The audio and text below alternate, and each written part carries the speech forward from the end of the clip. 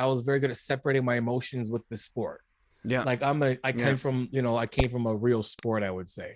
And for me, it's like, you learn as a team play athlete, you learn how to lose and you learn how to win. Cause it's like you win or lose, you go on the next week no matter what. So that kind of like, that's always there. You know what I mean? So I was never like down, but for me, it was always like, I would take it completely serious. And then as soon as I would take my placing, I wouldn't give myself praise much at all, more so than like, this is what we got to work on. And then I get to work, that kind of thing. But I was never oh my God, my worth is placed on, is guaranteed by my placing. I'm like, no, it's not a very thing. But that is a very common thing in bodybuilding, that people can't separate their physique from a placing, so they think that their worth is their placing. So if they lose, they weren't good enough, they're not good enough, you know what I mean? Wow. That's a very common thing. Wow. Especially from the amateur even all the way to the top pros. It's pretty blatantly really obvious. Yeah. I mean, something that I see, and that probably we have all seen, is Phil Heath's behavior to a certain extent. Yeah. Where you're sometimes like, listen, man, you're Mr. Olympia, and you have won. He won. How many times he won it? 7. 7 times, right? So you're a pretty decent. You're a monster in that game. You're the best. Right? You're the best. So you take that title, and all the heat that is coming towards you, and all the critique, you have to somehow. That's something that you learn as a YouTuber. The critique can be, the constructive critique is really uplifting and really elevates your knowledge, and the destructive critique is just, you have to zone out. I totally agree. I look at it like, our sport, like I look at a sport like, if it's a professional sport, then I put it on par with every other professional sport, and I look at how would the athlete parallel to them or comparable to them act in their sport. So it's like every sport, LeBron is probably a good example, but I'll say Tom Brady or who else? Your top, you've never seen them engage with fans to say whatever it is, unless it's at a place of like, an autograph. You never hear Tom Brady or a top athlete somewhere say, or get into the comment section arguing with somebody because they had an opinion on. It's like, like that's how I look at them. Like, that's why I don't do it. Like, you know what I mean? And if like, and you do it to a level if you can take it, but you got to get out of the comment section, or you got to have some thick skin and be honest about it. You know what I mean? And even in the bodybuilding world, where you are judged superficially, you have to have some solid value system inside your body that can really deflect this negative criticism, or even when somebody's judging you or judging your form, and you're like, okay, maybe I see it that way, so I have to adjust. Or maybe I see it differently, but hey, I want to win that car, so I have to adjust, right? Exactly. But it's never right. It has nothing to do with you as a person. Yeah, right? 100%. Yeah. Wow. But you still see it. It's rampant, huh? It's very. I mean, you can literally just watch it and just see how within the athletes, you have athletes that will complain that athletes are competing too much.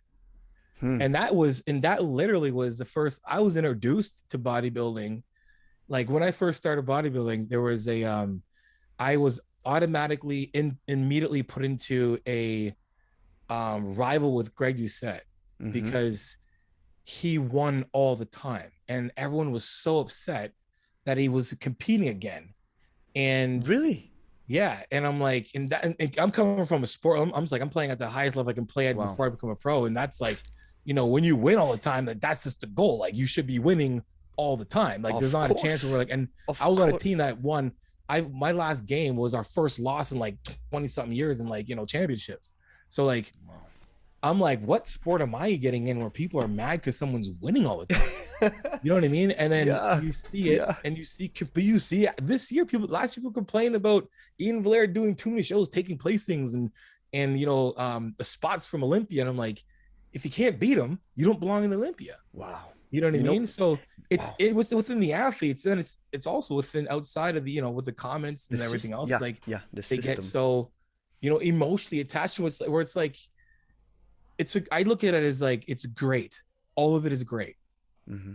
Like all Hmm. of it is. Nobody talks about nobody's. So it's like enjoy Yeah, it, take it for what enjoy it the is. But heat. there's going to be, you're gonna get it. You're gonna get it no matter what. Most So you got to be, definitely. You know yeah, what that reminds me of? I think I have read this, and I'm paraphrasing. I'm not sure how accurate it is, but I think it is. The information is accurate to some extent. Kaz, do you know what's his name? Kazmaier, the strongman. Kazmaier. They call him yeah, Kaz, yeah, right? So he I think that was maybe 90s, 80s, or yeah, I don't know. But he was competing back in the day in the strongman when strongman was really that fringe yeah, sport, yeah, right? yeah, I mean now it's all over the world, yeah. right? But it was fringe to a certain extent. I'm not as familiar with the sport, but to make a long story short, Kaz I think was barred from competing because he killed everybody. Yeah. He was too strong. Right. And I think he barred him from a couple of championships. Yeah. And I think I love what you're saying. It's like, listen, this dude or this gal, these are the best guys, or that's the best one. All right. So you want to step up and take their place, beat them. Yeah. And if you can't, stay out of sight Yeah. or keep trying, but don't. That's crazy, right? Imagine that would be like if LeBron James said, okay, or Tyson Fury, he'd be like, okay, with Deontay Wilder, take it. I'm winning too much. He's got to win too. Yeah, I'll let him hit me now. Well, like what? That's crazy. You know what I mean? Like, come on. It's crazy. But I think it ties into this mentality that we live in, that people are entitled to, or people believe they are entitled to a spot, or they're entitled to winning or whatever, man. And wow. Yeah, it's no. Yeah. No. Like, No. you gotta you have to earn. You have to earn it. Like the effort. If you put an effort. Like you see someone putting an effort, like maximum effort towards something they love and do, and they don't get all of that. You praise them for the effort, but you only get the goal when you deserve it. Like if you win it, like I'm not a fan with the participation medals. Yeah, I'm not. Yeah, because like participating for most leagues, you paid, so you're paying for that medal. You know what I mean? Like the medal that that you get is the one that you worked really hard for, and you worked harder than everybody else, or just as hard, but your strategy was that much, whatever it is. Yeah, whatever it was. Yeah, you earned and same thing in life, just like a job. You don't just go to I got the best job, I'm now CEO, I don't need to be I don't need to be just an employee, I'm going to be CEO immediately. It doesn't work. It never works. I mean, like, if your family is good, owns a business, you can just whatever. But like for the most part, nothing in the real world, I would say, says, hey man, you deserve it just because you should.